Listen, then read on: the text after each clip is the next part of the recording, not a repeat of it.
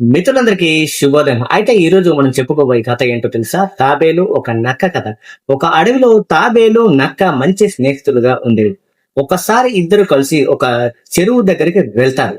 చెరువులో చాలా చేపలు ఉన్నాయి. నక్కకు చేపలంటే మహా ఇష్టం. కానీ ఈత రాదు. తాబేలుకు ఈత బాగా వచ్చు. కానీ నేల మీద నెమ్మదిగా నడుస్తుంది. అప్పుడు నక్క తెలివిగా ఒక ప్లాన్ వేసింది. మిత్రమా, నువ్వు నీటిలోకి వెళ్ళి చేపల్ని గట్టుకు తరుము, నేను ఇక్కడ పట్టుకుంటాను, ఇద్దరం పంచుకొని తిందాము అని అంది. తాబేలు సరేనని నీటిలోకి వెళ్ళి కష్టపడి చేపలను గట్టుకు తరిమింది. కానీ దురాశతో నక్క ఒక చేప కూడా తాబేలుకి ఇవ్వకుండా అన్ని తానే తినేసింది. తాబేలుకు చాలా బాధ వేసింది. కొన్ని రోజుల తర్వాత నక్క ఒక వేటగాడి వలలో చిక్కుకుంది. సహాయం కోసం అరిచింది. తాబేలు వచ్చింది, కానీ నాడు నువ్వు చేసిన ద్రోహం నాకు చాలా బాధ అనిపించింది. ఇప్పుడు నీ కర్మ నువ్వు అనుభవించు అని చెప్పి వెళ్ళిపోయింది. నీతి: మోసం చేస్తే చివరికి మనమే నష్టపోతాం. స్నేహంలో నమ్మకం అనేది చాలా ముఖ్యం. వీడియో వస్తే లైక్ చేయండి, షేర్ చేయండి, సబ్స్క్రైబ్ చేయండి. Thank you very much.